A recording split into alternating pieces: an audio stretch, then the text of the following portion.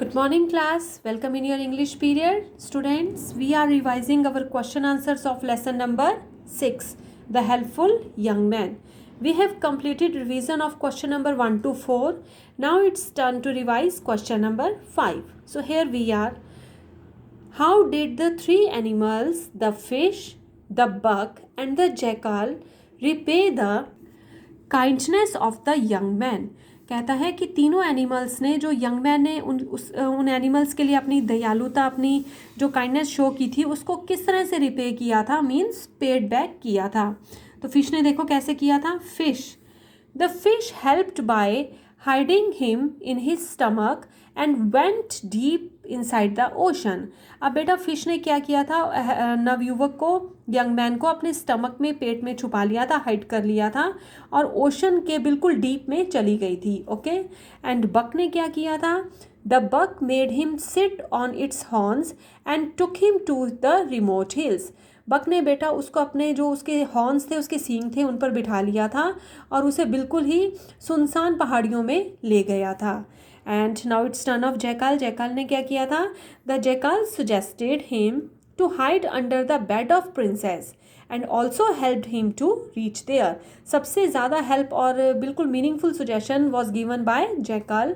Jackal ने ये suggest किया कि जो हेल्प यंग मैन है वो अपने आप को प्रिंसेस के बेड के नीचे छुपा ले और वहाँ तक पहुँचने में उसकी पूरी हेल्प की थी. whom? Jackal. The help was made by the animal jackal. Is it okay? So in this way the three animals offered their help to the young man.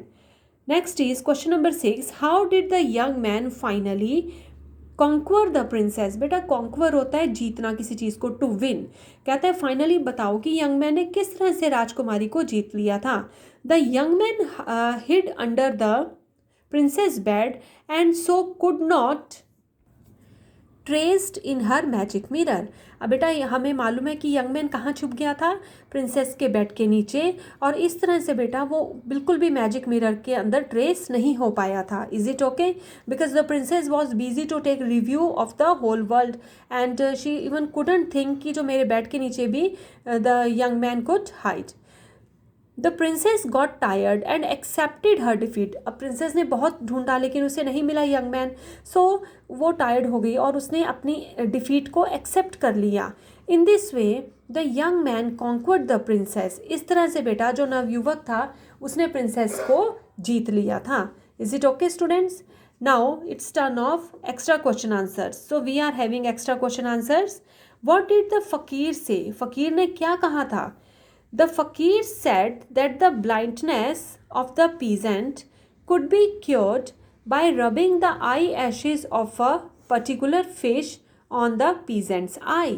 Yes बेटा, फकीर ने कहा था कि जो पीजेंट है, किसान है, उसकी ब्लाइंडनेस, उनका अंधापन इस तरह से ख़त्म हो सकता है अगर हम एक ख़ास किस्म की जो मछली है उनकी आई एशेज़, उनकी आँखों की जो राख है, उसकी आँखों की राख बनाकर अगर हम पीजेंट की आइज़ पर रब करेंगे तो his blindness could be cured. Is it okay? Next question is why did the princess give the young man extra chance to hide. अब प्रिंसेस ने बेटा प्रोक्लामेशन किया था कि only one chance will be given, otherwise the person will be beheaded. But the princess ने इस young man को second chance दिया था. तो he is asking why she did so. The answer is the princess gave the young man extra chance to hide as he appeared to be an interesting person to her. क्योंकि जो वो नवयुवक था ना बेटा, वो प्रिंसेस को बहुत इंटरेस्टिंग पर्सन लगा, बहुत रोचक व्यक्ति लगा. That's why she willingly gave the young man second chance to hide and to conquer her.